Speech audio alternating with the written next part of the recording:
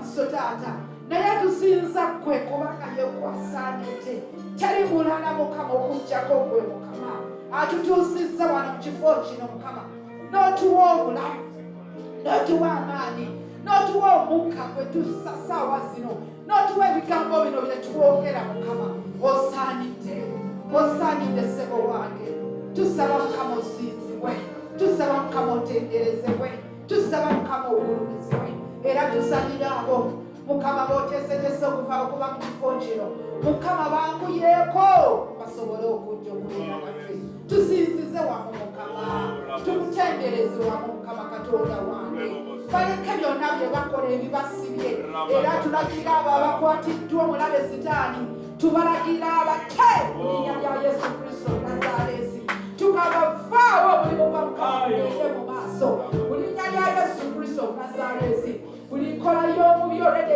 yatudde mu kifo kino tugimenyaamenya tugikutula tugiyusaaliza tugimalamu amaanyi mu linnya lya Yesu Kristo Nazaaleesi enjagala zonna tuzikutula mu linnya lya Yesu kebera tutukuza ekifo kino olw'omusaayi gwa Yesu okubira ddala abantu we bayingirira okutuuka eyo mu bulubi wonna tuyukuwa omusaayi gwa Yesu tukukawala obulungi waffe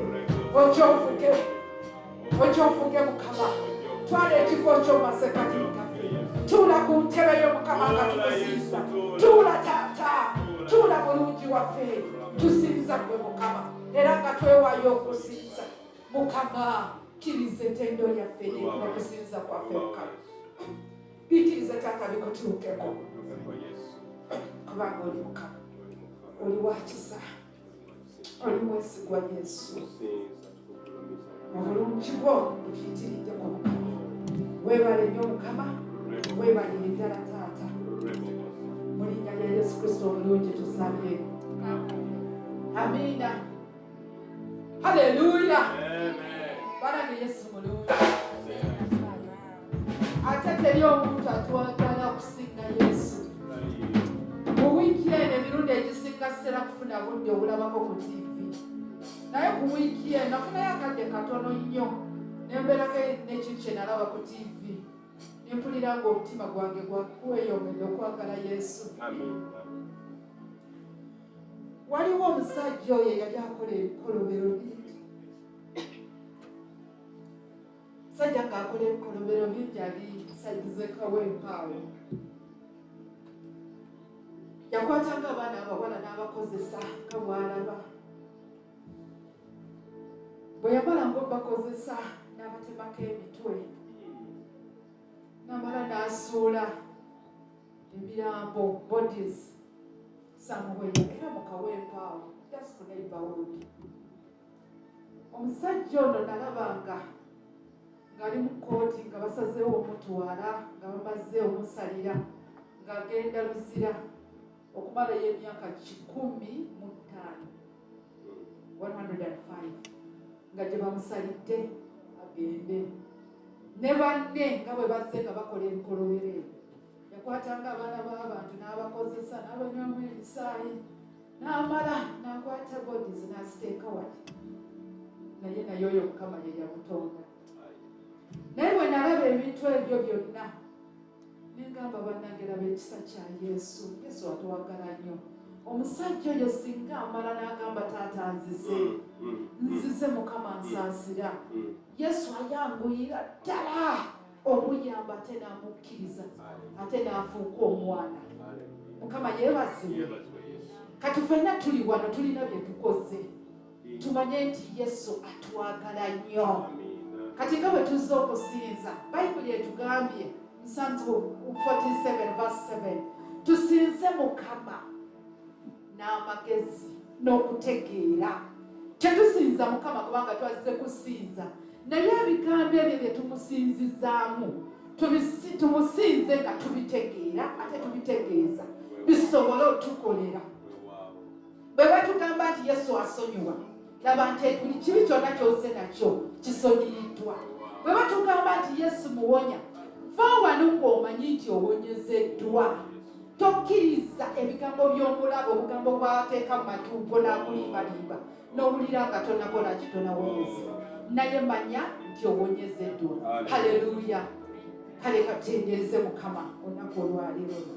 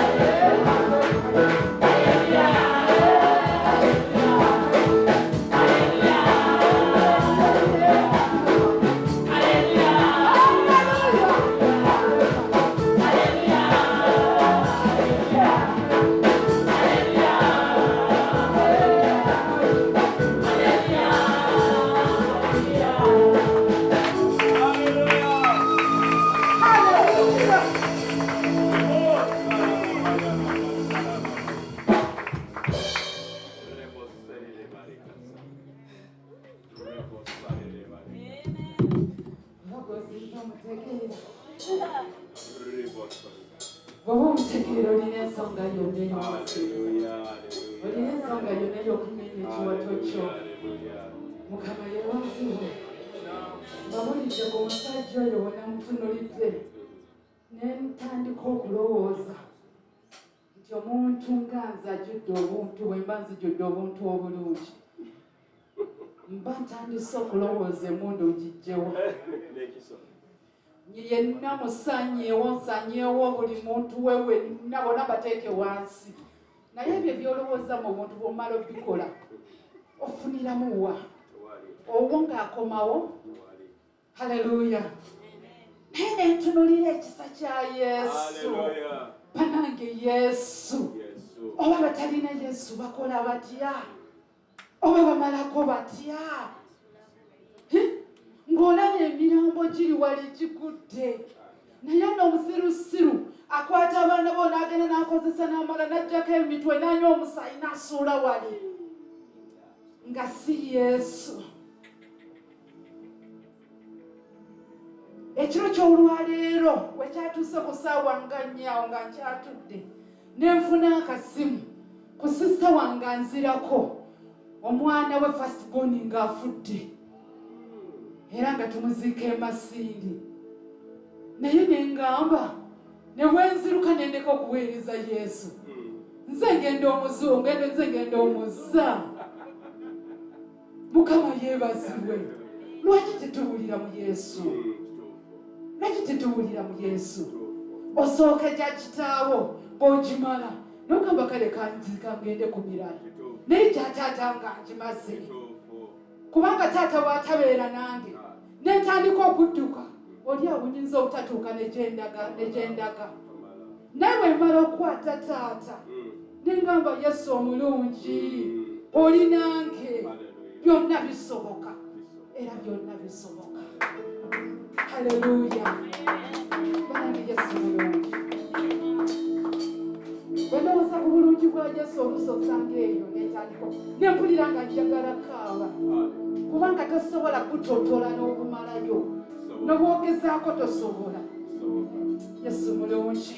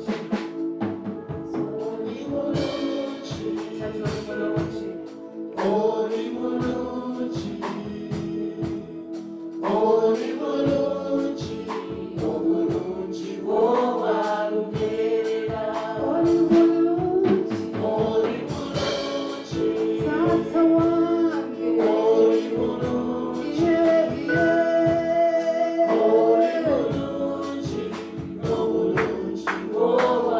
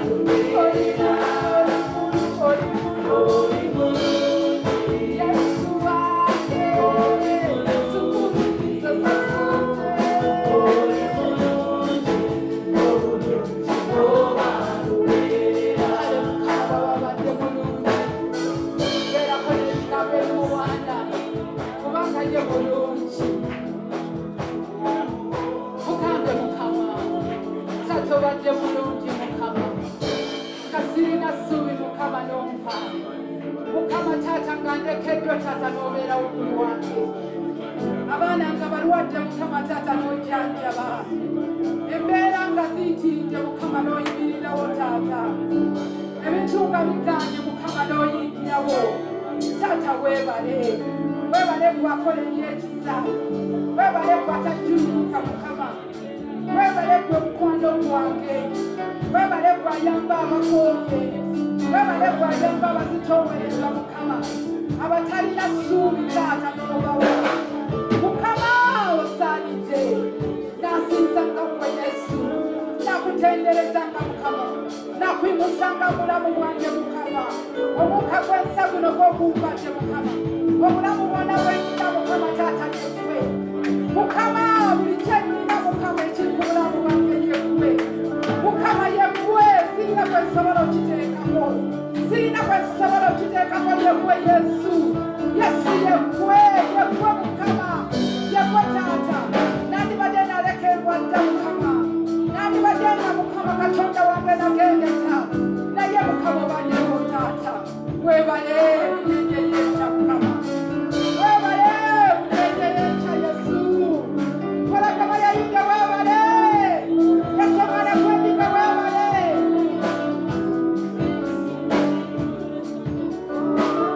Weebale. Yes, weebale Yesu. Weebale Mukama. Weebale taata. Kosata yangere borobosata ramakasekere buyangere bo. Veritoro sata yandara marakosata kayangere bo. Yandara bakosekere buyandara ba. Atande soka banzeka. Atande soka banzeka Mukama. Okabye nange Mukama Katonda wange. Mulyato neriyuka naye nga muwoli. Obufumbo ne buyuka naye nga Mukama nga wooli. Kanisa neyuka naye nga Mukama wooli. Omulimo ne gunyenyezebwa naye nga wooli Mukama. Mpologoma yalida nasinza ngawe Mukama. Natenda nga gwe Yesu omulungi wange. Nasinza nga gwe Mukama. Munyenye enkya taata. Nasinza nga gwe taata. Nalimusa nga gwe Mukama. Kubanga oli wa kisa. Oli mwesigwa. Oli mwesigwa Mukama.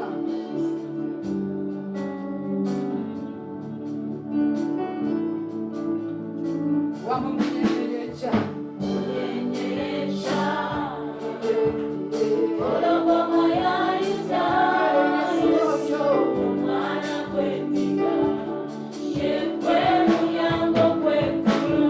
Munyenyerecha. Oloboma yayuza.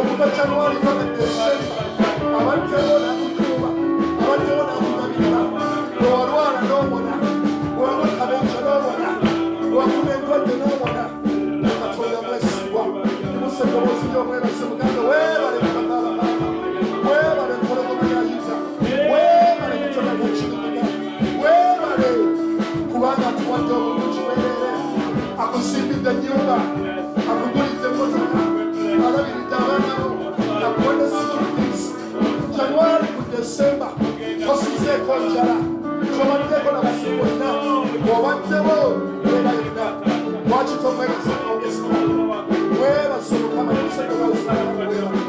weebale kitanda kaki weebale Katonda kaki haleluya tumwebasa tukwebaza ayi Katonda kubanga otubeereddewo ffe baani b'oyagadde bwoti ffe baani b'oyagadde bwoti ffe baani b'ozuukusa buli ku makya nga tutandika olwa January tugenda kumalako December nga buli lunaku tuzuukuka nga buli lunaku tutambula nga buli lunaku tulya nga buli lunaku tubako ne bye twekoledde twambala tuliwo kulwa kubeerawo okubeeruka tukwebaza tukwebaza empologoma yange tukwebaza emunyenye y'enkya Yesu tukwebaza ayi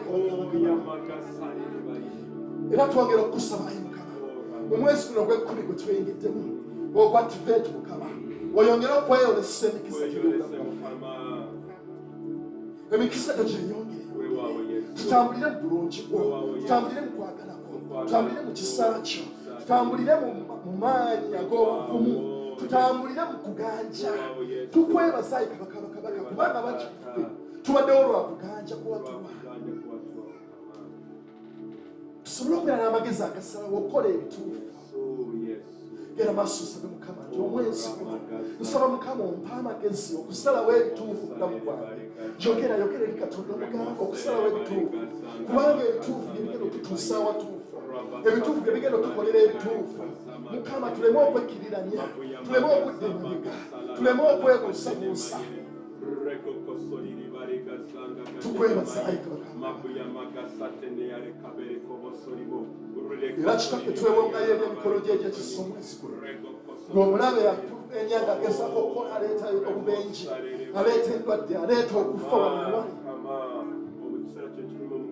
fenga abantu n'abasaana babakusinza bakyagaleero tusaba ogenda tuteekako olugoomu tuteekako olugoomu ayi Mukama tukenga ekisa kyo ayi Katonda wange tukuume ayi kabaka weewawo tuyinza okutambula ne tufuluma ekibuga tuyinza okulinnya amamotoka amabaasi atrain ne tugenda tuyinza okulinnya ennyonyi ne tuva wano tugende tuwummuleko oholide naye Mukama twetaaga obukumi bwa Katonda wange n'amaka gaffe n'abaagalwa baffe n'abasoma n'abalirwana baffe Mukama tusaba obukuumi bwayi Katonda wange era n'ensi yaffe ogiteekako obukuumi kubanga yegwe Katonda atalituleka era wasuubiza toyinza tuleka haleluya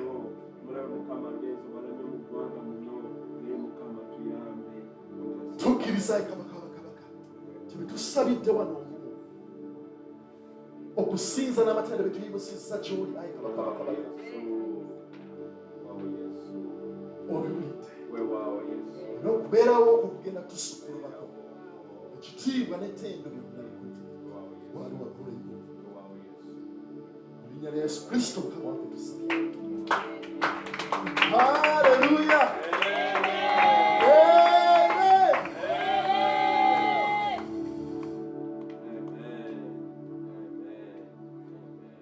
twebaza Katonda olw'ekiseera kino atukulika abayimba batukulembedde obulungi era twekubuna mulole y'ekisa era tukakasa nti obulamu bwaffe tebusigale ekyo kimu tukkiriza okulaba obulungi bwa Mukama mu nsi y'abalamu k'omwezi guno nga tunoolidde Yesu Kristo omutandisi w'omaliza okukkiriza kwaffe tweyongere okutambulira mu kusinza kubanga okusinza kuwangula embeera haleluya buuza k'oyo akulina omugambo oli musanyufu osobodde okubeerawo olwaleero kubanga bangi bandyagadde okubeera mu kifo kino olwaleero naye tebasobodde.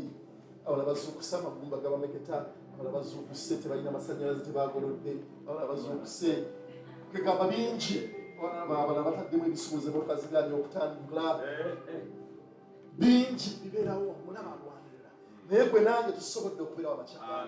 Haleluya. Katukubireko Mukama engalo ez'omwaka.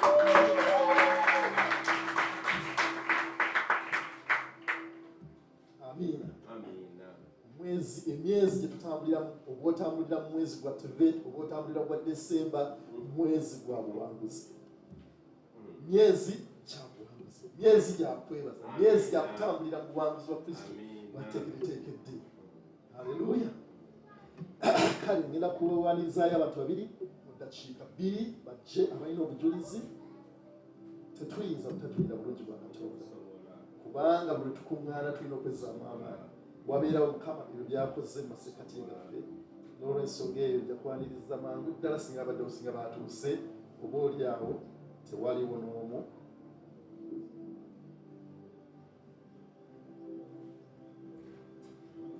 Katukubireko Mukama.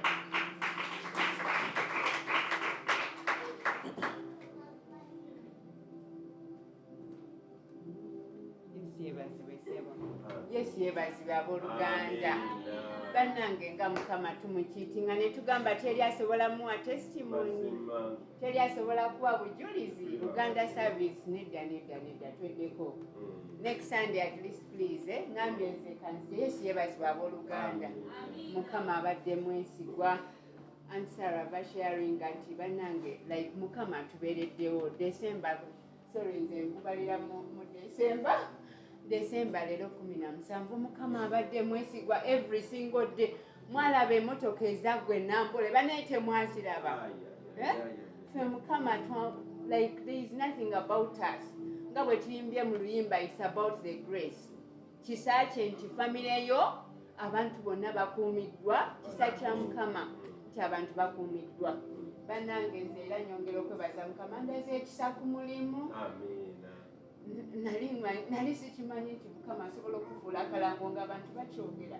Naye nga I didn't know it could happen. These last 3 months I've hosted 3 sets of like supervisors. Na hosting ba board members b'ekitongole kyaffe kitutwala. Then I hosted also another team. Then this week I hosted another team. And Mukama abadde mwesigwa program yange agitunze.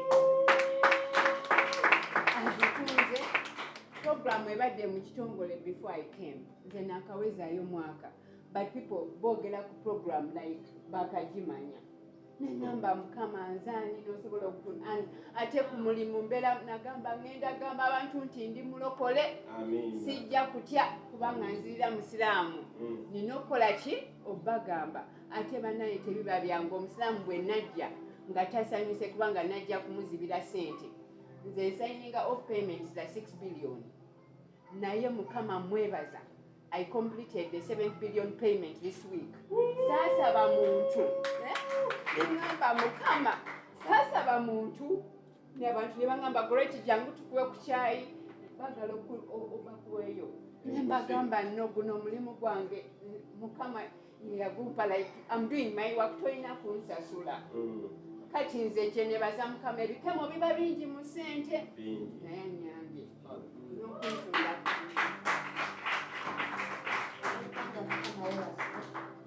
Yesu yebazibwe. Haleluya. Bonna abalokole tuli baana bakubwatuka. Nabadde gyewaka. Nengamba pastor agenda n'atugamba bannange haleluya. Netugamba amiina. Naye nga Yesu bamugamba lagira abantu bwe basirike. N'agamba abantu bano bwe banaasirika amayinja ganalekanira waggulu ekitegeeza tuli baana bakubwatuka. Haleluya. Haleluya. Yesu yebazibwe. Nyimiridde wano okuweera Mukama obutulizi mbutuufu okututuusa mu mwezi guno. Tebibadde byangu. Naddala ewange ekituufu tebibadde byangu. Naye olw'ekisa kya Mukama Katonda atutuusizza mu mwezi guno.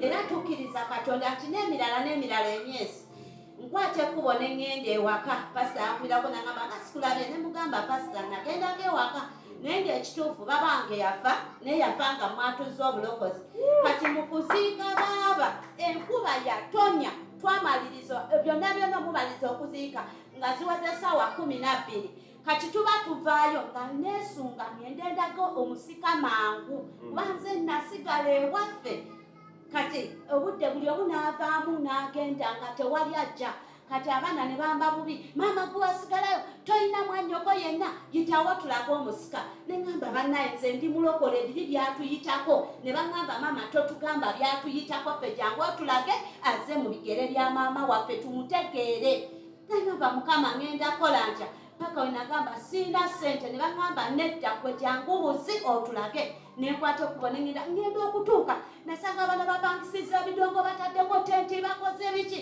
neŋŋamba mukama wano wambawo wonna kubanga abantu bano bakola ebyobusika baleeta ebintu ebyawongo biki neŋŋamba yesu wambawo nensaba pasita mukwano gwange nampeereza amafuta neŋŋamba kyekyo kati bapasita abasabira baaba nga afudde neŋŋamba abaana mubakubire ne babakubira pasita naŋŋamba mukolo olumbe ne mugamba kuteekako musika tewali wano byalumbe senfulunya nyinde simanyi mbugo biki tewali pasita naŋŋamba kyekyo nzija pasita najja ne ttiimu netukola kikati nentandika okusaba nensaba paka kiro kati wezawula ssaawa 9 kumbe bali eri emanju bali bakozeeyo ebintu byabwe laga tufulumya lumbe biki nembagamba tewali wano lumbe lufulumizibwa omuntu yafa byaggwa tulaga musika nentandika okusaba kati newekyuma ne bamukuba akamambu atekeko ennyimba za muzimu neŋŋamba okubwatuka kuve mu ggulu neŋŋamba eradduze eggulu zikube bannaye katonda yampulira ennyimba zaatuuka ne batandika okuba ettenda abatamiivu bonna ne batendereza katonda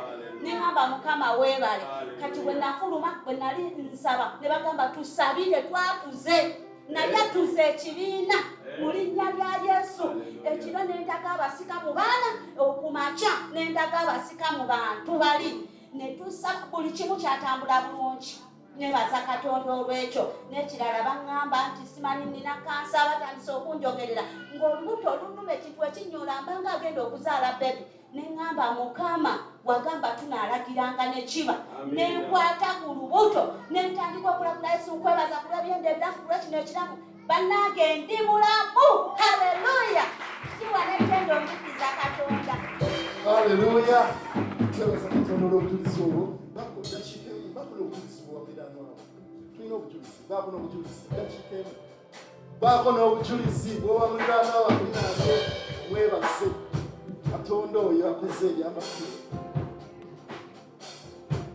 kale tutambulira mu mafuta g'obujulizi obwo oba olina awakuluma awokukwata okusaawe mugambe mukama nga wewaponya sisita nange omponya mulinyira yesu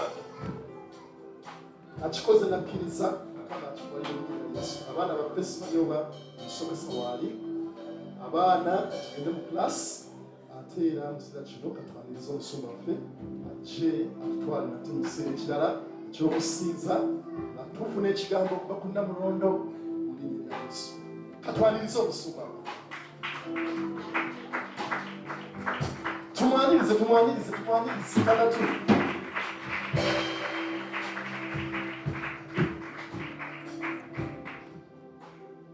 nakosizanga mukama nakosizanga mukama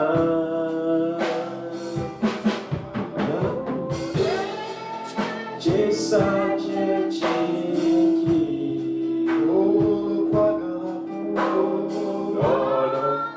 kala pokunji Ramani kobe tetero kucha Nakufulu Isa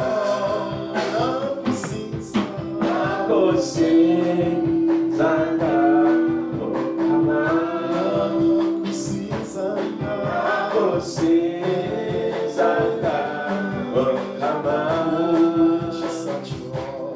olwe kisa kyekiki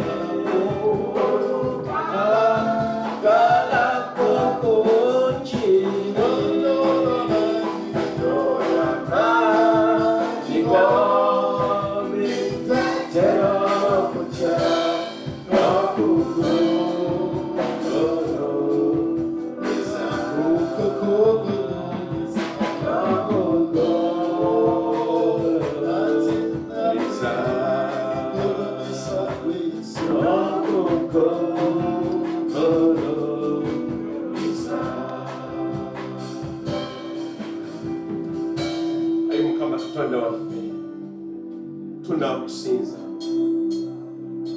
tunakusotanga, tunakuwanga ekitiibwa.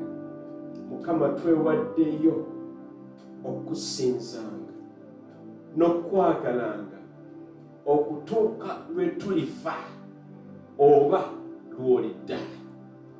Era Mukama ffe tusazeewo nesse kusalawo tetulisinza bakatonda balala bonna okuggyako ggwe yakuwa. Era Mukama twongera okwewaayo buli kinoomu buli maka ng'ekkanisa okubeera abaana bo. Ffe baani abaitwa abaana ba Katonda? Twali boonoonyi, twali babbi, twetufuuye tasigala ne taaba n'enjaga, twali bayaaye, twali benzi nga tuwonya. Naye Mukama n'otwagala n'otufuula abaana ba Katonda, n'ojja amannya gaffe mu kitabo eky'okufa n'ogaza mu kitabo eky'obulamu. Kaakano Mukama tuli baana bo, naffe gye tuba tusalawo nesse kusalawo mu maanyi ag'Omwoyo Mutukuvu tunakusinzanga. Twebaza Mukama obujulizi. Mukama tukwebaza buli kinoomu bujulizi obutambula. Ekkanisa bujulizi, n'omubiri gwa Kristo nagwo bujulizi. Mukama tukwebaza. Era Mukama tukusaba nti mu kkanisa muno ojja kutuulanga weegazaanye Taata, ate ng'otula mu masekkati, si ku lubalaza lw'ekkanisa, si wabweru nedda, naye mu masekkati g'ekkanisa yaffe, era mu masekkati g'emitima gyaffe n'obulamu bwaffe n'entunnunsi mujja okutuulanga Yesu. Mukama tukusinza. Era nga tujja mu kigambo kye kitukuvu Yesu, teekateeka emitima gyaffe. Ekkanisa tubeere ku mulamwa gwe nnyini ng'ekkanisa emberebere bwe yalinga ng'ayimuka. Tubeere ekkanisa gye wagamba nti naasimba ekkanisa n'amaanyi ag'ekisa kijja kugiyinza. Tubeere abakazi n'abasajja abannaggwano mu kukkiriza ne mu kusaba ne mu kigambo ne mu kuwaayo ne mu mirimu ne mu maka gaffe. Mukama tukwebaza buli nnyeddoongi. Era Yesu Kristo Mukama waffe mutusabidde. Kubeera ku Yesu ngalo ez'amaanyi. Tema omuseera Yesu, tema obupapajjo, tukubeera Yesu ngalo ezirimu endasi.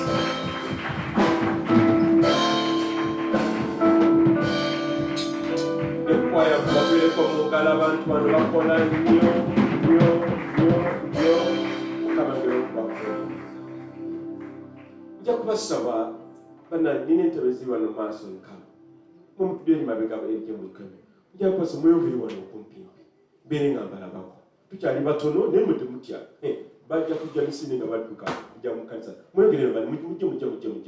Muveeyo gye muli, mujje musembere wano. Abali mabega eyo. Era ejja muyimuke bana mu mulimu. Dorine abali mabega mukyala Mawa muveeyo eyo. Mujje wano. Wano. Gumushiija Alex. Just a maha. Omusajja neighbor wange. Just a maha kunwe. Dorine mujje eno. Dorothy mweyongere mu maaso. lwaki tumwagala kubeera mu maaso mwagala kula mabega ne muggulu mukama yeebazibwe twebaza katonda mukama abadde mulungi era byakoze bingi tuyinza na kubimalayo era mukama twebaza kubanga yatubeereddewo mu ngeri nnyingi era mazima ddala bwekirowoozaako okuba ntumazeeko omwaka ne tuguteeka wansi wabbali oyo katonda era abazadde abalina abaana abaweererwa ku masomero twebaze katonda omwaka gwalaleka ffenna nga tunyegenya bwe tuti mukama sente zinaabaluddawa si bwe kyali bannange ne tuzinoonye naye nga tezirabika naye enkomerero ya byonna abaana ne bamala ne basoma ne bakomawo mukama yeebazibwe mukama n'atuwa amazzi ge tunywedde njalubuuza kulinanye onywedde amazzi genkana omwaka kasonga gutandika okala banywa soda onywedde soda yenkana tuyingidde pipa n'ebidomola mumbuulire bannange naye bwonna bulungi bwa mukama yesu yeebazibwe mukama atubeereddewo abala mutambudde ne mugenda bweru ne mugenda ku country naye mukama n'atukuumirayo abala bafiirayo mukama yeebazibwe mukama w'ekitiibwa update tulina abooluganda abagenda e Kamonkoli weekend eyaggwa owooluganda Joseph n'owooluganda Opoka Dennis bakyaliyo e Kamonkoli era omulimu kugenda mu maaso gw'okubuulira enjiri mukama yeebazibwe twongere okubasabira bw'oba enako mobile money ng'enako 2 3 4 5 enaki gye baweereze manyi baneka bawulire enjiri ey'obwavu nzibu nnyo ali bagibuliddeko mukimanyi ensi nyangu n'enjiri nga kashwali enjiri ewuuma mukama yeebazibwe ne yesu olaba yalina abali nga bamuteekamu akasente naye ate ffe kaakano mukama yeebazibwe ku lunaku olwokubiri oluwedde ku ssaawa 8 twatandika omwezi omuggya ogwa bayibuli oguyitibwa tivet oba tevet nga bwe nabagamba nti kalenda za mirundi 2 mukama yawa Musa kalenda eyasooka era nga kalenda eyo mukama yayagala nnyo abaana ba Isirayiri nabo baagala katonda bagigoberere kubanga mu kigoberera yo mwe muli enteekateeka za katonda naye olwokubanga sitaani ye mubbi bayibuli egamba Yokaana 8:44 nti ye taata w'ababbi era bw'ayogera ebigambo bye bya bubbi aba ayogera olulimi lwennyini lw'ategeera obulungi ye mubbi kati sitaani n'anyakula kalenda mukama gyewa abaana ba Isirayiri n'agibajjako n'atuwa ekikwangala kifeeke kiduplicate kyatuwa gyebayita Gregorian kati egyo tugoberera olwaleero simika tuli mu Desemba n'ebirala eyo omusajja eyali Omuroma yatandika kalenda eyo bamuta Grigori muyaba ne bagiyita Gregorian calendar naye tetuyinza kugamba tuyinza okugivaako kubanga toyinza kugiyitako kuba batubala ennaku mu Uganda mu nsi yonna tukozesa eno Grigori mukama yeebazibwe naye njala okimanye eriyo kalenda ya bayibuli gamba nti amiina kakati tuli mu mwezi gwa 10 ogwa kalenda ya bayibuli naye emyezi egya bayibuli niyo giri 12 mulabe yagikopa n'atekamu Desemba n'obiki naye nga egya bayibuli tuli mu kati gwe 10 Kislev nga Tivet nga twamala ogwedde Kislev ogw'omunaana Shishivan ogw'omusanvu ye Tishri ogw'omukaaga Elul ogw'okutaano ye Av ogw'okuna ye Tammuz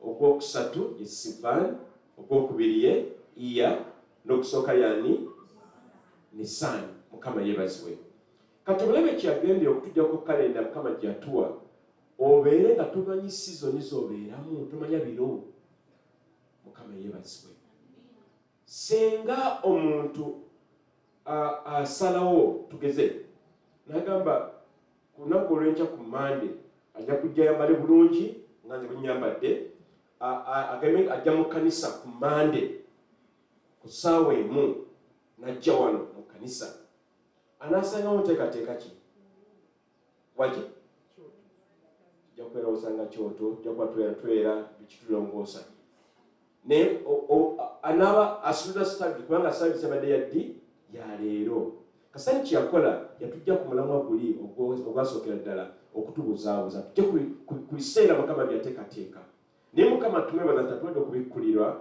gwe nange okutegeera ebiseera bye tulimu kakati omwezi guno ogw'ekkumi mwezi gwa nkizo nnyo era mu guno omwezi ogw'ekkumi mukama atukoowoola okuba ntuno tukula mu bintu eby'omwoyo ne tukula mu kusaba mu kusoma bayibuli abasinga kufe tukyatawana okusoma bayibuli zino ne bagamba Oluganda wasome ku kyawandiika olunaku olwajjo singa mbabuuza wano nyinza sijja nakubabuuza kubanga nyinza okunyiiga ate nenyiiga bubi abatasoma bayibuli abosanga tebaze nakujja mu kanisa abasigaddeyo eyo feeza betuzisoma buli lunaku si bwe kiri tugambe nti amiina kale bansekeredde naye kingamba nti no mwezi gwa kula ne tuba nga tukula okuva mu baana abato omwana omuto ng'oli gwe bakutta oli mulabo owa Sandra kati oyo kyamanyi yebbeere si bwe kiri bamala okuyoka ngaakola kina nga yebaka bebi kati kyamukisa mubi nti tulokoka ne tugaana okukula ne tubeera mu bebi muntu mukulu bakusiba pampa kubanga ojja kufuka mu mpale ng'abaana naye guno omwezi tukule mu Kristo Yesu tuve mu baana tufuke abantu b'obuvunaanyizibwa omwana ng'oyitamu obuvunaanyizibwa kwa mwana muto n'okusika bw'aba asise bamuteerako omukuza w'omwana lwaki mwana muto kati omwezi guno tukule ekyokubiri guno omwezi kwekuba n'eriiso ejjogi eriiso ery'obwakatonda ng'olaba Mukama by'akukolera kyangu nnyo otalaba Mukama by'akola era y'ensonga lwaki watugamba tujje bane tuwa obujulizi tebeera yajja kubanga amaaso tegalaba Mukama by'abakolera naye nze bannange obujulizi bangesena kumalayo naye Mukama guno omwezi guno tube n'amaaso nga mwogi naye nekyokubiri amaaso gaffe tetugatunza ku bintu bibi kubanga amaaso gano gegayingiza byolaba nga bibi katugambe oba olaba muvi nga mbi oba muvi nga mbi ojja kuba ofunye obuzibu kubanga ekingira mu ggwe nokibeera kibi bw'osala okulaba abantu nga bali bwereere waliwo kasaloni keŋŋendamu kalungi nkaagala kakola bulungi kati nannyiniko mukwano bamuyita Ivan namugamba Ivan lwenzijja wano osala okusanga TV nga ziri kuba n'abakazi bali bwereere beeruba bibi mugamba bw'otandekera ojja kusekerawo okujja wano kakati Ivan akimanyi bw'alaba Godson ng'atereeza era nali eno juizi eno katandika enjiri nga nnungi neŋŋamba hane kati Ivan katobolamu bulokozi bwokka Mukama yeebazibwe lwaki kubanga kindaba mu maaso kijja kuzirugaza munda nze Mukama yeebazibwe omwezi guno Mukama tatutya okukola naye n'ekirala nti omwezi guno mwezi gwa Danyeri gamba bayibuli yo yakikola nti nno buli omwezi omwezi ogwa bayibuli gubeerako n'enneekwaso ku mawanga 12 aga Isirayiri kati guno omwezi guno gwa Teveti gukwatagana n'omusajja ono Danyeri kati Danyeri kitegeeza Katonda omulamuzi omulungi Mukama yeebazibwe ekitegeeza guno omwezi Mukama agenda kukulamusa bulungi ye mulamuzi mu buli mbeera yonna ey'amaka go emirimu kyo Mukama akulamulire ng'agamba nti gwe wangudde Mukama yeebazibwe kuliza Mukama ayinza okusana gamba nti no Brenda kati gwe gukusinze tasobola oli mwana wa Katonda ebibyo byakunaazibwako guno omwezi gwe Mukama atusabye emisango ku luuyi olwaffe kale Mukama yeebazibwe nnyo Sande yaggwa twayiga ku nsonga nti Yesu yayagala nnyo abakyala ate ng'akyabaagala ne tugamba nti omwezi guno tugenda kwesiba ku Yesu yekka si makujjuko kulya masavu malungi naye capati nungi naye tugenda kubanga twewaayo nate eri Kristo Yesu Mukama kyayagala era tuliga nti no Mukama ayagala nnyo abakyala baana bawala abalungi ayagala nnyo abakyala mu maka bamaama b'abaana bajjajja bannazaala Mukama ayagala nnyo abakyala era twebaza Katonda nti n'abakyala mwe balina okuteekateeka olukuŋŋaana olulungi bangamba lwali lulungi makeke abakyala eri abayinza okuwa obujulizi ku ekyo abaaliwo oba tebaliyo edulini wamu waliyo ani mukyala kirumira bane tukubireko mu ngalo abakyala mwakola bulungi nnyo nina ffena abasajja tujja mu January ono tujja kujjanga kibuyaga Mukama yeebazibwe nnyo kakati kino kisala kukyerabira kino twalina olukuŋŋaana lw'abakyala Sunday yaggwa naye olwaleero Sunday y'amaka Sunday yaki y'amaka twasalawo ng'abakulembeze nti Sunday eno tulina kugenda ku nsonga y'amaka tugenda okubeera ku kakati naye twaba tukimaze nga Sunday service ey'okubiri ewedde akameereza mwazze nako tekagenda kuwola si bwe kiri mukakuŋŋaanye bulungi konna we kali bwe tunaba tumaze tutuule wansi wano aleese endaggu oziteeka wali ku mmeeza omanyi endaggu emewunaanyenya omutwe kale amanyi amayuuni abaleese ttimpa kale ebisobooza balabisa okubuuza ebisobooza kale abaleese balugu kyetutumula wangi ensugga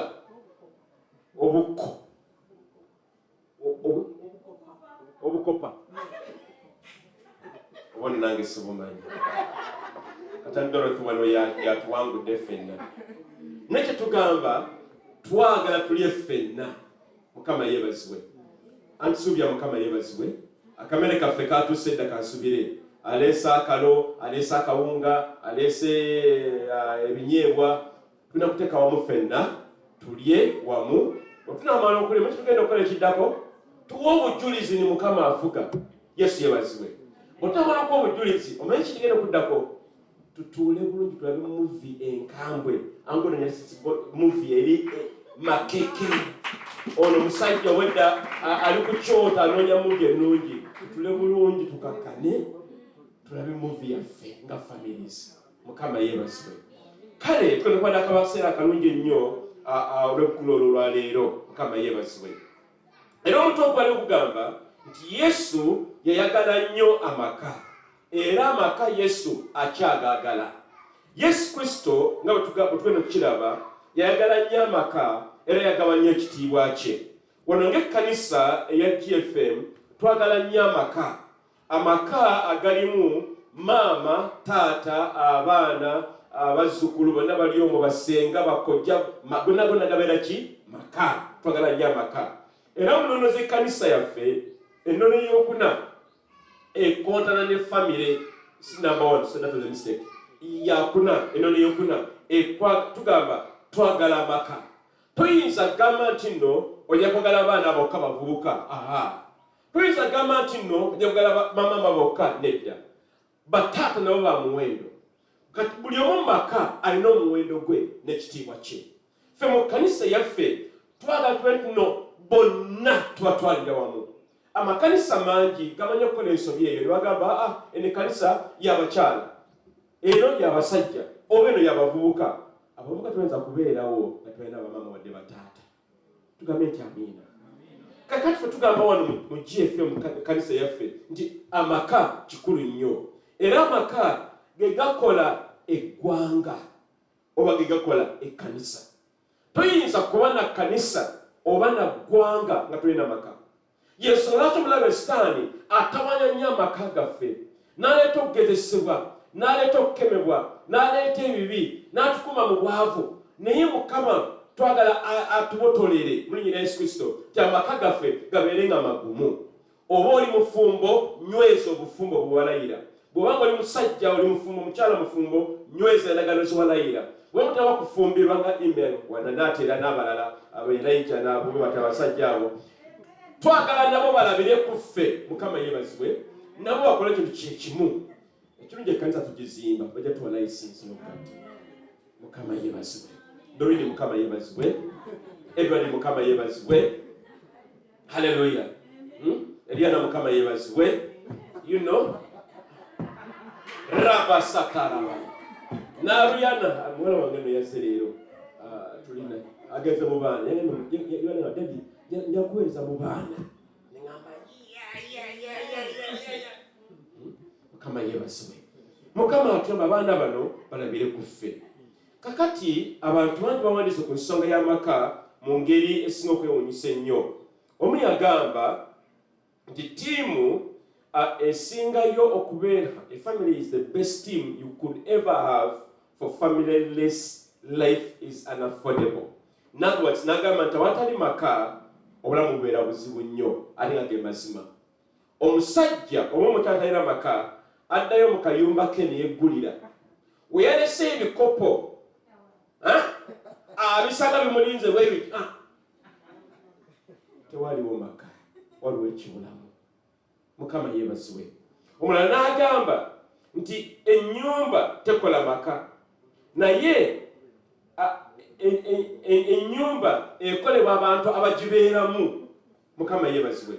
Oyinza okuba toli mufumbo naye nga obeera ne ssengaawo oba kiziweewo ago maka. Mukama yeebazibwe. Oyinza okugamba nti nsomanyi sina bazadde bamukuffe bwati bwe twakola, bazadde baali balamu naye nga tebaatufaako ne tukula. We twale wali maka wadde nga kyali kyoto nga kyokya, wali wazibu nnyo. Omulala n'agamba nti obugumu bw'amaka bulinganga obugumu oba amaanyi ag'amagye. Ye omusajja agamba nti amaka gayinza okuba nago nga magye nga g'amaanyi. Kati bw'onywesa amaka ago gwe gy'obeera oba okoze ejje erya Kristo Yesu. Era Mukama atugamba nti ye mu ye amaka mwe ganywerera. Omu n'agamba nti omanyi abamu ku ffe oyinza okuba nga bazaalibwa naye tuyagala taatawo, maama tomwagala, oba tuyagala baana be wazaala, oba tuyagala sengaawo, naye wadde nga tobaagala basigala nga be bantu gwe musaayi wava. Akiba kiggwanidde okukola kyonna ekisoboka okuba nti enkolagana ebaweeri. Era Mukama atukoola ng'ekkanisa GFM ez'entale ziri mu maka gaffe tuzigyewo. Bw'oba wenyiga n'ekizibwewo mutereze ensonga zammwe. Bw'oba jjajjawo yakunyiiza oba maama oba taata, tereza ensonga zo. Lwaki? Mukama ayagala mirembe, si ntalo. Entalo tulina nnyingi, tuyinza na kuzimalawo. Tuyongerako ttano ndala. Amaka galeke tugazimbire Yesu Kristo. Mukama atugamba tunyweze amaka gaffe. Tuli mu biseera ng'omulabe Sitaani akyomooza oba akyokooza oba alumba amaka gaffe. Naye amaka gaffe gajja kunywera nga gali mu Kristo Yesu. Bwe tubeera ne Yesu Kristo ajja tulwanirira, ajja tuteekako olugo, ajja kutukuuma, ajja kufugaza omulabe Sitaani. Yesu ayagala okukuuma amaka ago gabeere nga magumu, gabeere nga malungi. Newankubadde ng'oluusi ekibi tekiggwaawo, twenenyenga. Buli maka asaanidde okwenenyenga buli lunaku. Lwaki? Ekibi kiyitamu ne kisensera, naye Mukama atuyambe twenenyenga ebibi byaffe eri amaka gaffe. Tukola omusaayi gwa Yesu.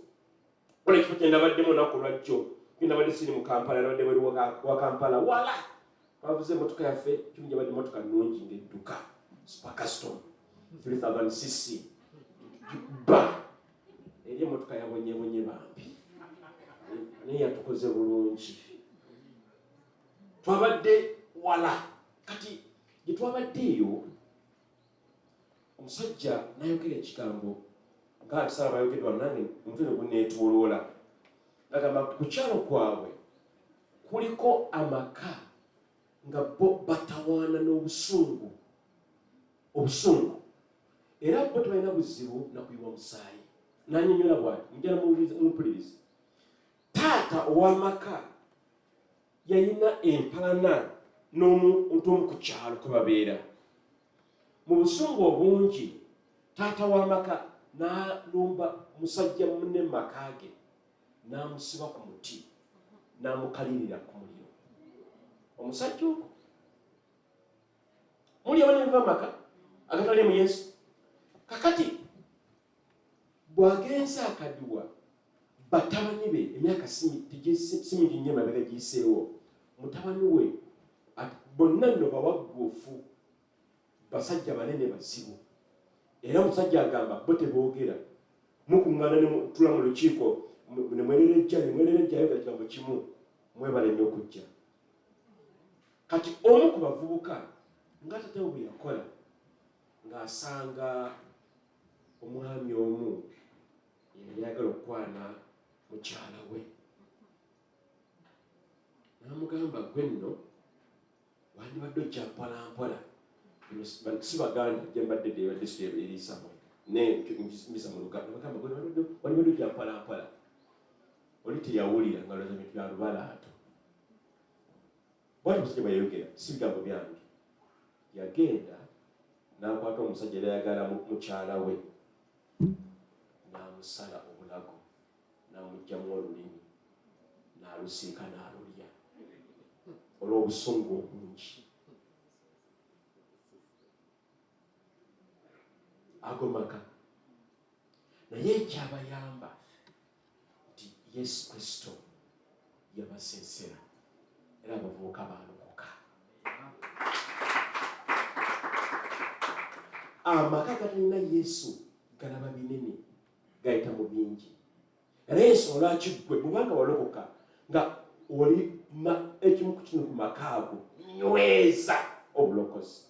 Kubanga obulokozi bujja kutuusa wala nnyo, era ojja kulaba ebirungi bingi n'emisozi gya Katonda mingi. Kale tubikule Bayibuli olwaleero mu Befeso essula ey'okutaano. Omusumba Pawulo oba omuweereza Pawulo ayogera ku nsonga y'amaka mu ngeri nnyingi. Abefeso essula ey'okutaano ennyiriri 26 okutuuka ku ssula eddako ey'omukaaga onyola omera tujja okukoma. Oba otuusa ogamba nti amiina. Naye mukumanya okuntunuulira nga tugambe tubikule Bayibuli. Kati neebuuza bamwera za Luzungu tugende mu maaso kale kibasaasire. Kale kasome onyolo 26 lugamba bwe luti, alyoke agitukuze ng'amaze okugirongoosa n'okuginaaza n'amazzi mu kigambo, alyoke agireetere yennyini ekkanisa ey'ekitiibwa nga terina bbala newankubadde olufunyiro newankubadde kyonna ekifaanana nga bino, naye ebeere entukuvu eno kkanisa eteriiko bulema. Era kibagwanidde bwe kityo abasajja okwagalanga abakazi bammwe bennyini ng'emibiri gyammwe bennyini. Ayagala omukazi we yennyini, ayagala mukazi we yennyini yeyagala yekka, kubanga tewali muntu eyali akyaye omubiri gwe yennyini, naye aguliisa agujjanjaba era nga Kristo bw'ajjanjaba ekkanisa, kubanga tuli bitundu bya mubiri gwe. Omuntu kyanaava aleka kitaawe ne nnyina neyegatta ne mukazi we, n'abo bombi banaabanga omubiri gumu. Ekyama kino kikulu, naye njogera ku Kristo n'ekkanisa. Naye era nammwe buli muntu ayagalenga mukazi we nga bwe yeyagala yekka, n'omukazi ayagalenga bba. Sula 6 tugende maaso. Abaana bato muwulirenga abazadde bammwe mu Mukama waffe, kubanga kino kirungi. Osangamu ekitiibwa kitaawo ne nnyoko, etteeka ery'olubereberye eririmu okusuubiza, olyoke obeerenga bulungi era owangaalenga ennaku nnyingi ku nsi. Nammwe bakitammwe temusunguwazanga baana bammwe, naye mubalerenga mu kukangavvula ne mu kubuuliriranga kwa Mukama waffe. Abaddu muwulirenga bakama bammwe ab'omubiri nga mulina okutya n'okukankana omutima gwammwe nga teguliimu kukuusa nga Kristo, si nga kuweerezanga okw'okungulu ng'abalala okusimibwa abantu, naye nga abaddu ba Kristo nga mulongooka n'omwoyo Katonda bw'ayagala. Bigenda maaso n'ebirala. Naye omuwandiisi Pawulo awandiika ebigambo bino nga awandiikira abantu bonna abeera mu maka, n'abuulirira abasajja oba abaami oba abasajja abafumbo. N'abagamba nti mwagalenga bakyala bammwe. Ate Pawulo tukalabunya tugamba nti no, abasajja mwagalenga basajja bannammwe, yagamba mwagalenga bakyala bammwe. Mukama yeebazibwe. N'agamba n'abakyala mukolenga bwe mutyo. Bw'obanga oli mukyala yegalanga omwami wo oba yegalanga abali mu makaago. Bw'obanga oli musajja yegalanga omukyala wo n'abali mu makaago. N'obeera nga mukozi naye mwagale nti muggwe alabe Kristo Yesu. Abamu ku ffe tugamba nti balokole naye abakozi bagenda kuva mu maka gaffe nga batukola ki? Batwekokola. Oli yagamba nti mulokale watu bafaanana bannange temutuswaza. Abakozi abajja mu maka gammwe balina okusinkana Yesu ewammwe mu bikolwa by'okola, ebigambo byogera, endowooza z'obalowoozaako. Pawulo n'agamba nti kitugwanidde ffe okubeera abantu abakola ebituufu mu maka gaffe. Pawulo n'agamba abasajja mwagalenga abakyala nga Kristo yagala ekkanisa n'abafiirira. Ekyo nno si kyangu naye tugezaako. Ankoye mama si kyekyo, tugezaako naye Mukama ankote mama si kyekyo, tugezaako ng'abasajja kwagala abakyala nga Kristo yagala kolya n'okufa yafa ku lw'ekkanisa. Mukama kyatuyitira ekyo. Nammwe abakyala Mukama n'abagamba mwagalenga abasajja bammwe batu yagamba. N'agamba abaana mugondenga temubeeranga nga miti mbaawo. Manyeyo olubaawo terumenyeka mpozi bw'ogyeyo mbazzi oba zino ebyuma bino bimeto babadde nga bazimba wano ng'abasajja basala ekyuma kyala bayo kiri waggulu obusoli obwo nga bakozesa amasannyalaze mangi nga gatambula n'ogalaba ngakola bwe gati kubanga ekyuma kigumu ddala kinene nga bakozesa mashini kigumu. Katamu okuffe emitima gibeera nga biyuma, omutima gulina kubeera nga kyuma, gulina kubeera nga nnyama oba pamba. Bameka bamanyi pamba? Abaana baffe tebamanyi pamba, ye kotoni. Kotoni eriya Mukama Yesu. Haleluya. Mukama atugamba nti tubeerenga abwe batyo abatabasanidde bwe batyo. Era Pawulo n'ayogera ebintu bingi nnyo ku nsonga ezo. Muzikirize ngeza okuwumbawumba biki bye tulaba mu ssomero lwaleero. Ekisooka, Yesu tugambye yayagala nnyo amaka era amaka akyagaagala. Naye Yesu Kristo yayina abazadde wadde nga yali Katonda. Era Yesu ono abazadde bano Mukama be yakozesa okubeera nga ekibi okuyitamu okubeera omwana. Mu Makko 6:3 nga bayebuuza bano abasajja nti naye ono si ono omusajja omubazzi mutabani wa Mariyamu era baganda be si bano Yokaana ne Josasi n'abalala era ne bannyina tetubamanyi wano. Kitegeeza Yesu Kristo yayina amaka, yayina maama, yayina baganda babalenzi ne baganda babawala. Era Yesu Kristo yali ne taata wadde nga yali Yosefu yali omusajja omuntu naye ate yalina mwana wa Katonda nga twalaba Sande yaggwa. Yesu Kristo yayina amaka ge yali avaamu. Twebaza Mukama gwe naawe nange Mukama twadde amaka getuvaamu tuganyweze tugaberereko ddala. Ekyokubiri, Yesu yali kimu ku kitundu eky'obwakatonda, famire y'obwakatonda. Tulaba nti nno mu Trinity tulaba nti nno tulaba Katonda Kitaffe ne Katonda Omwana ne Katonda Omwoyo Mutukuvu. Kati Yesu yalina famire bbiri, famire ey'oku nsi ne famire ey'omu ggulu oba famire eyo etaliggwaawo eyaliwo weeri era eribaawo. Kati Yesu ono ye mwana wa Katonda. Twakiraba Sande eri yaggwaga Desemba 3.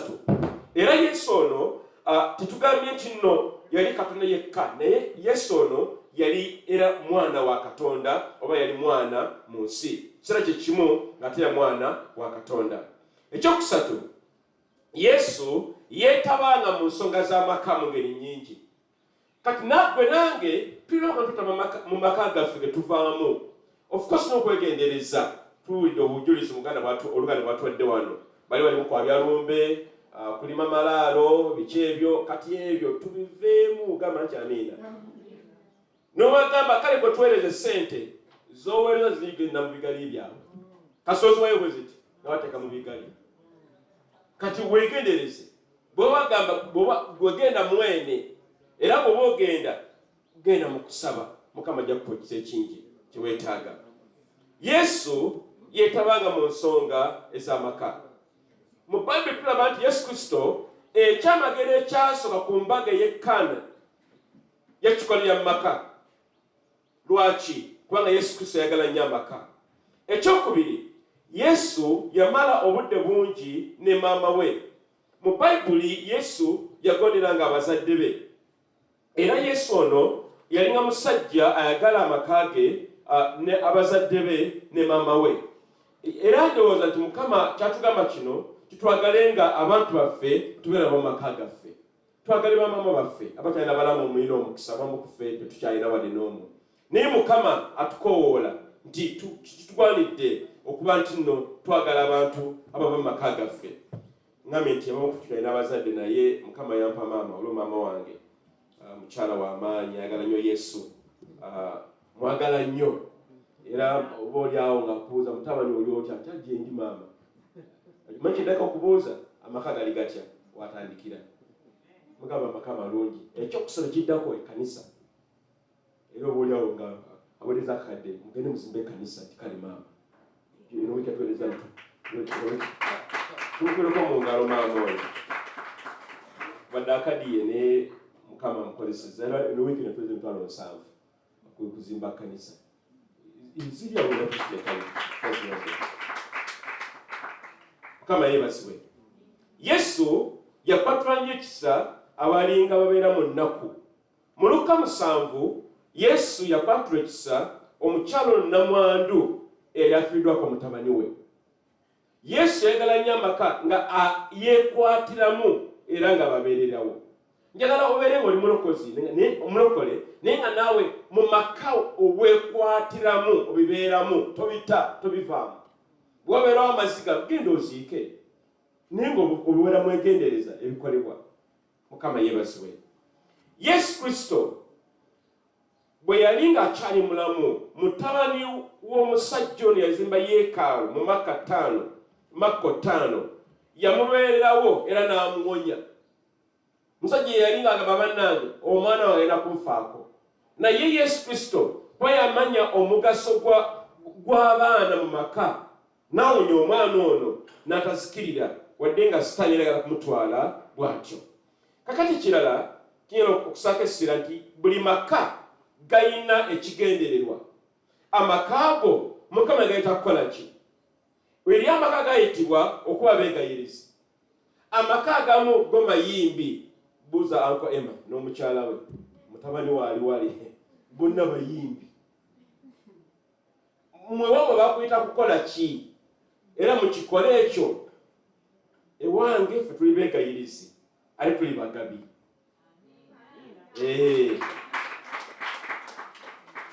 Era omanyi Mukama addamu essaala.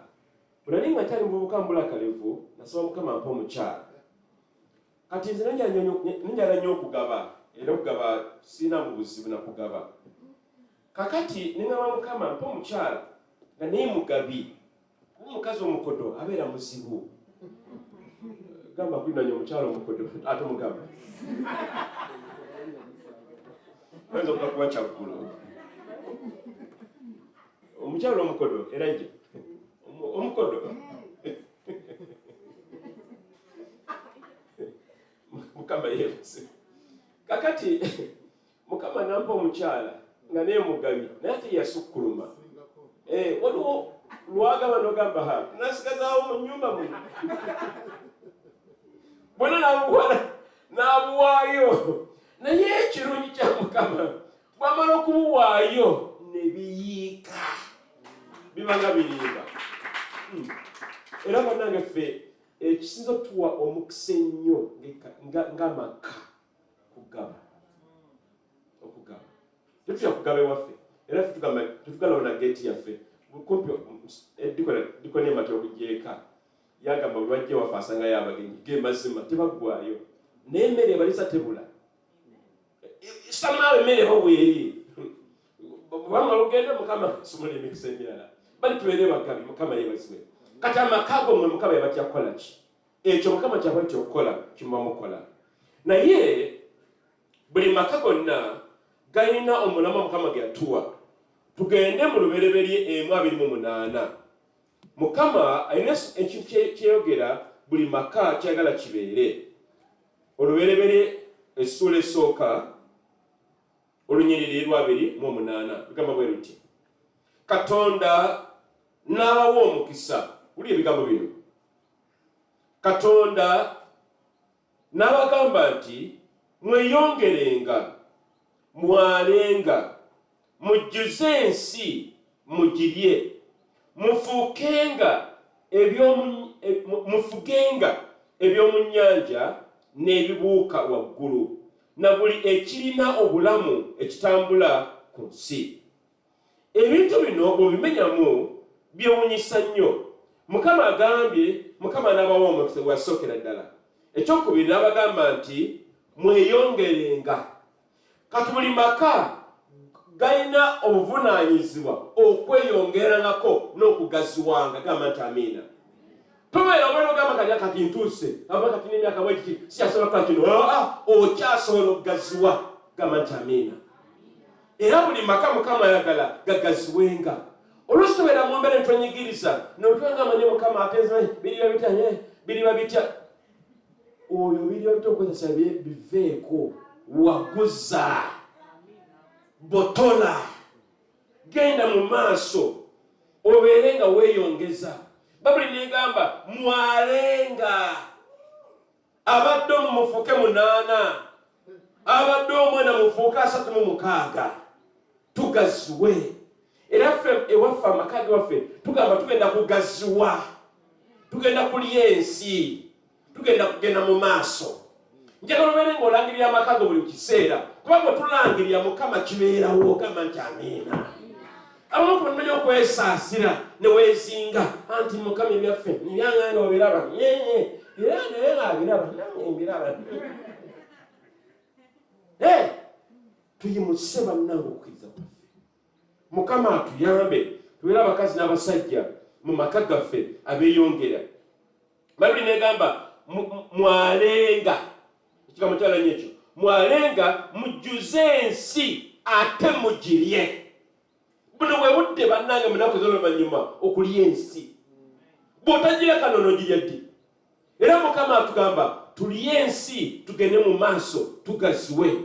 N'agamba nti mufugenga eby'omu nnyanja. Simanyi lwaki asooka n'abya nnyanja, simanyi lwaki.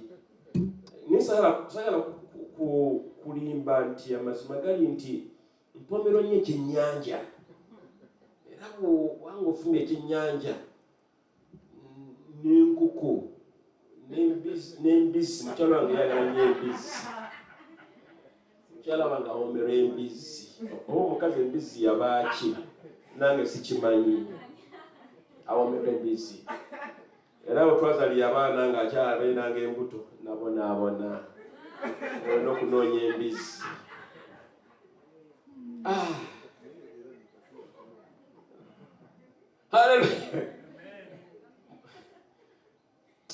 Haleluya. Ankoma wawe guli kutya eyo wabanga anoonya bumyu, anoonya ki? Ewange embizzi nenze bumpe ekyennyanja oba onsooti nze ebisigaddeyo binaalindako n'enkinyo nga kiri ku sowaani.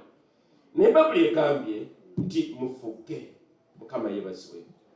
Era negamba nti mufugenga eby'omu nnyanja n'ebibuuka waggulu, na buli ekirina obulamu ekitambula ku nsi. Okwo kwe kuyitibwa okw'amaka. Olugero lwali tulina kuŋŋaana tuba obujulizi. Togamba tulina bujulizi. Buli alina obujulizi. Omwaka okuva lwe gwatandika okutuuka olwaleero abadde Katonda. Toyinza kaba sina bujulizi, obeera mulimba. Ate tiri mulima liyingira mu ggulu. Era akawungezi olugero lwaleero emmere ogiteekateeke bulungi, ogireete. Bajja kubeera abakyala emezi ejja kubeera oddawo ndowooza tuteekaawo ffenna tuli wamu ng'amaka. Lwaki tukola ekintu kino? kyokolanga eky'obunnabbi okuba nti nno gwe amakaago n'agange tukola endagaano ey'okulira wamu ne tubeera nga tunywera ng'amaka ng'ekkanisa ng'omubiri gwa Kristo era n'abaana baffe bwebakiraba ekyo bwebajja okukula nga bakikola bwe batyo. Mukama yeebazibwe. Kyetukola olwaleero oba tunaakola omwaka ogujja si kyagamba kijja kukomaliro kyalubeerera naye n'ekirala abaana baffe nabo bayige. Mukama yeebazibwe. Mukama waffe yeebazibwe. okeza minute zimala tuzigendera awo bwezityo. Kakati njagala kuwunzika nga njagala okubuuza ekibuuzo. Tuyize ebintu bino bingi ddala naye nsonga ki ziri mu makaago zoyagala okulekera Yesu olunaku lwaleero. Buli nsonga ebeera n'ebizibu byayo. Abamu ku ffe njawukana. Amaka amalala bwenzi, amalala butamiivu, amalala bintu birala bingi naye njala tuyimuka ku magulu gaffe wonna wooli kaakano oyimuse amakaago mu maaso ga Katonda. Tukoowole Yesu akyalire amaka gaffe. Amaka agamu kweyawulayawula n'ennyombo teziggwa naye Mukama atuyita amaka gatugawe eri Kristo Yesu. Kale yimuse eddoboozi osabira amaka ago. Bulokozi bwe bubulamu njawukana ze mwina omuliro gubatawaanya oba kusamira kubatawaanya oba abantu bafumbira oba tebawasa oba tulonyola mu bufumbo bwabwe. Njala omenyemenye ebintu bino munyira Yesu Kristo. Yimuse eddoboozi oluganda wonna wooli. Sinawulira njala kulya ku maloboozi aboluganda. Yimuse ku maloboozi tusabire amaka gaffe. Rabasaliba. Mukama tuleeta amaka gaffe Yesu amakyago olwaleero. Yesu ayagala nnyo amaka era okyagagala. Era bwe tuli mu mwezi gwa Yesu era nga Yesu ono ayagala nnyo amaka ge tuvaamu. Mukama tujja mu maaso go. Oluganda yimusa ku ddoboozi. Amaka ago g'ogamanyi sigamanyi gasabire. Kiki ekibulamu kyoyagala okulaba mu maka ago? Buntu bulamu bwetoowaze kwagalana biki byagala sabira saba Mukama ajjukire amakaago agakyalire aganaaze ebitali bitukuvu byonna bijjejjema bikuulekuule nga bwokuulakuula ebintu ebibi ebadde mu nnyobero bikasuka ebweru bikumako omuliro. Kuyita Yesu atereza amaka go oluganda olwaleero nti amaka gabeere nga magumu mu Kristo Yesu ng'abantu balokoka beenenya ebibi byabwe bawasa tebenda bwenzi tebanywa mwenge naye nga babeera abantu abatuukirivu mu maaso ga Katonda. Koola Yesu abaana abo wadde nga bafuuka bajeemu Mukama bakomyewo nate badde eri Kristo Yesu bamwagale bamuweereze. Oba musajja wo nga musajja muzibu wampaka tawulira mutamiivu mukoola dde eri Katonda. Oba mukyala wo naye wampaka tawulira mujeemu omutwe mukakamavu koola Yesu mukyalo yamuseewo. Oba maama otawulira oba muwala otawulira oba mutabani otawulira koola Yesu akomyewo abantu bo ti amakaago ganyumire Kristo Yesu gatuule ku ntanda eyo ne ku lwazi Yesu amaka gabenga gaterera obeere ng'osobola ogeyagaliramu emisana n'ekiro. Mukama tukoola Yesu ku nsonga ey'amaka gaffe Mukama. Amaka mangi Mukama gabonaabona amaziga gasukkulumya obungi amaka gamu tegaliimu kasente obwavu bungi naye Mukama tukoola olwaleero Yesu tereeza amaka gaffe Mukama. Mukama kyalira amaka gaffe Mukama tambula Yesu omenye ebikoligo omenye Mukama empalana ezirimu omenye Mukama obwenzi obuli maka gaffe okusamira okunoonya emisangwa ogendanga ku byoto bya Setaani. Mukama kutula menya Yesu sababerere orabagazararabarebe ramakazararabarabare musoribe erebe baregazariri bari baragasatene serere oluganda genda maaso yimusa ku ddoboozo sabira amakaago sabira baganda bo sabira maama sabira taata wo sabira abaana be wazaala sabira omusajja oyo gwe wafumbirwa sabira obufumbo abamukumbe mutemerafuna abakyalo babaami Mukama mugambe nyala omwami atya Katonda omukyala atya Katonda, amaka gabeeramu Katonda. Koola Yesu, tokoola Luganda. Eddakiika leyemu ddala, genda maaso. Twimuse ku balowooza abooluganda. Rabagazarara balere bayere beribo. Reboserere barega sarere barere barega zinimoyoro. Reboserere barega sarere baribo. Momokobo bolare barega sarere bariyara bayere. Reboserere bariyara baraka sarere bo. Lord our God. Reboserere bayere. Katonda waffe omulundi w'ekisa Babuya babagazi. kubanga okwagala olw'ekigambo kyekirina amaanyi amakyagala tukwebaliza era tukkiriza Mukama kyogenda kutwala amaka gaffe ku mutindo omulala nga tuyimusa erinnya lyo nga twagala nga tukola obuweereza bwakabaka bwo tukakasa nti amaka gaffe ligenda kuseera kyekimu tukuwa ekitiibwa era tuggulumiza kubanga oli mulungi oddamu esaala zaffe kabaka olw'ekitiibwa gwali waggulu. Mu linnya erya Yesu Kristo Mukama waffe tusabye. Amiin. Katukubire Mukama engalo ez'omwanguka tumwebaze olw'ekigambo ekyo kyatuweereza ewaffe ku lw'amaka gaffe tukakasa nti tusimbulidde maanyi okutwala amaka gaffe ku ddaala eddala era ng'abakkiriza tweyongereyongere bwe tutyo okukkiriza Kristo abeere entandikwa ate era enkomerero y'amaka gaffe mu linnya erya Yesu.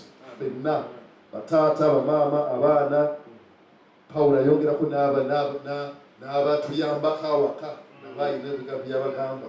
Ffenna katukkirize Mukama abeere masekati gaffe mu linnya erya Yesu. Saavisi ng'ewedde ey'okubiri tugenda kusigala wano olw'ensonga ey'amaka tubeereko wamu naffe. Ensonga yatugambye dda tugenda kuliira wamu, tugenda kusanyukira wamu, tugenda kuba obujulizi, tugenda kulaba sineema wamu, buli kimu tugenda kubeerawo mu kubeera kwa Kristo tujaguze amaka. Amiina. Abakebezi bagenda tuyambako ate tulabikeko mu maaso ga Katonda n'okwebaza nga tuwaayo akasawo akabbulu tumuteekamu ekimu eky'ekkumi n'ebiweebwayo n'ebikwebaza, akasawo akakakobe tuteekamu okuzimba. Twebaza Katonda olw'ekigenda mu maaso. Simanyi oba mulaba kyendaba. Twebaze nnyo abakoze omulimu gwonna. Omusumba waffe tumwebaza kubanga tumwebaze n'abalala ffenna olw'okwewaayo twebaza Katonda kubanga ekkanisa ezimbibwa essaawa yonna tugenda kuba tugiyingidde. Kansabe media team Godson ebiranga ebisigadde tubisamalizinge tubiyumbe.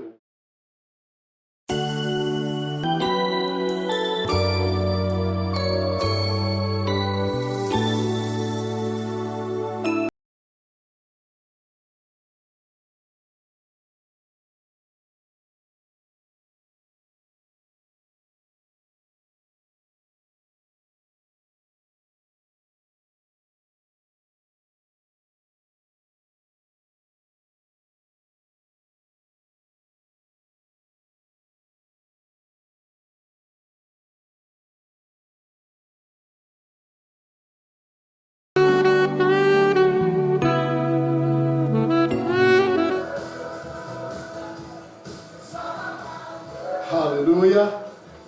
Hallelujah. Katonda mubumpi kyetugamba nti omwezi guno amaaso gaffe gonna emitima gyaffe gyonna tutunuulidde Yesu kubanga buli kimu kyetolera ku ye. Ku lwokusatu luno ne ku lwokuna tugenda kubeera n'okusinza essaawa 11:30 okutuusa ku ssaawa 2:30. Ennaku ezo bbiri tubeere wano tubeere nga tusinza Yesu. Ate ku lwokutaano tugenda kubeera n'ekiro kyonna ekijjuvu ekyokusinza n'okutereeza Katonda. Gita buli muliraanwa buli muntu yenna abeerewo. Ku Sande eno nga 24 tugenda kuba ne saaviisi emu. Tujja kusaba saaviisi emu, tujja kutandika ku ssaawa 3 egwe ku ssaawa 6. Saaviisi emu egenda kubeeramu byonna Oluganda n'Oluzungu. Kyekimu ne ku Sande eneddako nga 31 Desemba era tugenda kubeera ne saaviisi emu ssaawa 3 paka ssaawa 6 nga 25 tugenda kubeera wakane namufamiriza tujja kujja kusaba wano Monday nga 5 December tetujja kubeera kusaba tujja kubeera nga tuli waka nga tuli wamu n'abantu baffe maka gaffe nga tulaba engeri tuyise mu mwaka ate nga twebaza Katonda.